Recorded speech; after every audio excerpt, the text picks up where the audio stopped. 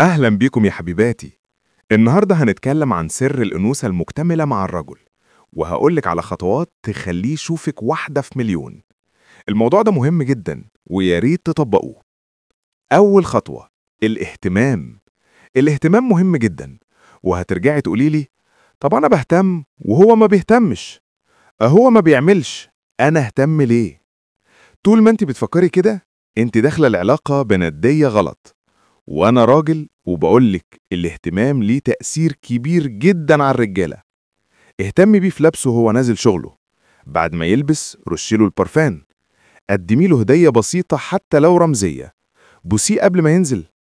الحاجات الصغيرة دي بتفرق مع الراجل جدا.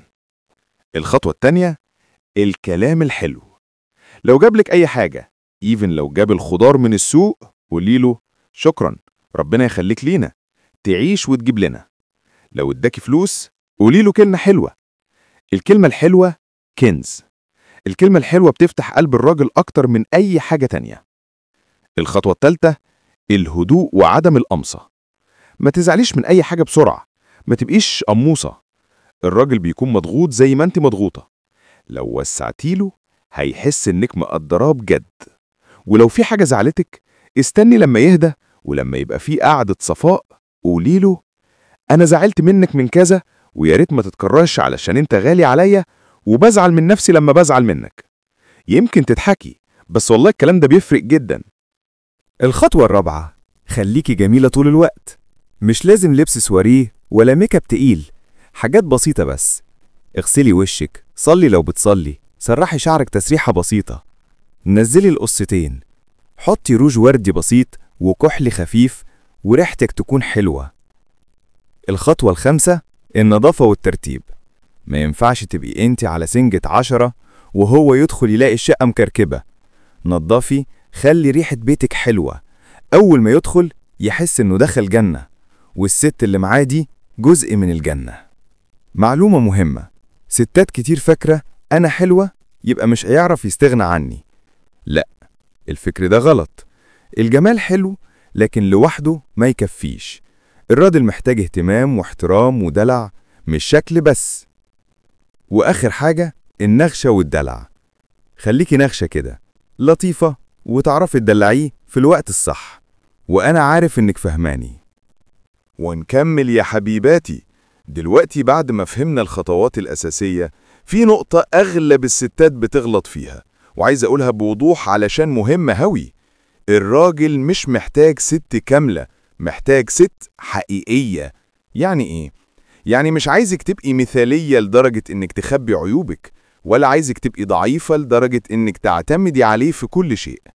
هو بس عايز يحس إنه وراه ست واعية، ست مقدراه، ست فاهمة نفسها قبل ما تفهمه.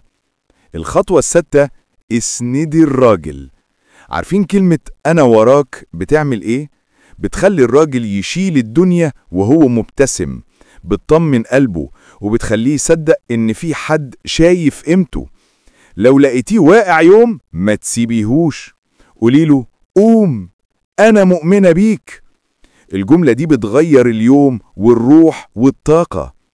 الخطوة السابعة، اختاري وقت كلامك.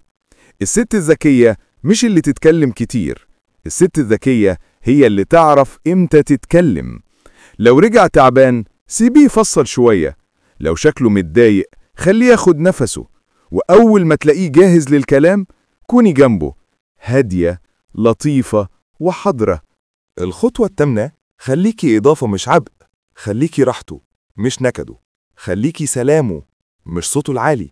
خليكي الحضن اللي يجيله بعد يوم طويل، مش السبب اللي يطول يومه أكتر. لما الراجل يحس إن الست اللي معاه بتريح قلبه، خلاص بيمسك فيها بكل قوته. الخطوة التاسعة، أنوثتك الحقيقية. الأنوثة مش لبس ومكياج بس، الأنوثة هدوء، رقة، وعي. الأنوثة إنك تسمعي أكتر ما تتكلمي، وإنك تردي بعقل مش بعصبية، وإنك تعرفي قيمتك من غير غرور. الراجل بيحب الست اللي فيها نعومة، فيها لين، بس جواها قوة محترمة. الخطوة العاشرة، خدي بالك من طاقتك. لو انت عصبية، مجهدة، متوترة، طاقتك هتتنقله. فخلي حواليكي دايما هدوء حتى لو عندك مشاكل. اعملي وقت لنفسك، ريحي دماغك، اهتمي بروحك، لأن الرجل لما يشوفك متوازنة بيرتاح أكتر وبيحبك أقوى. وفي النهاية خدي بالك من نفسك، من روحك، من أنوثتك، لأن كل ده بيمشي قدام الراجل قبل كلامك وقبل شكلك حتى. ولو مشيتي على الخطوات دي هتحسي إن نظرة الراجل ليكي اختلفت. هتحسي إنه بقى يشوفك واحدة في مليون، لأن ببساطة انت فعلا كده.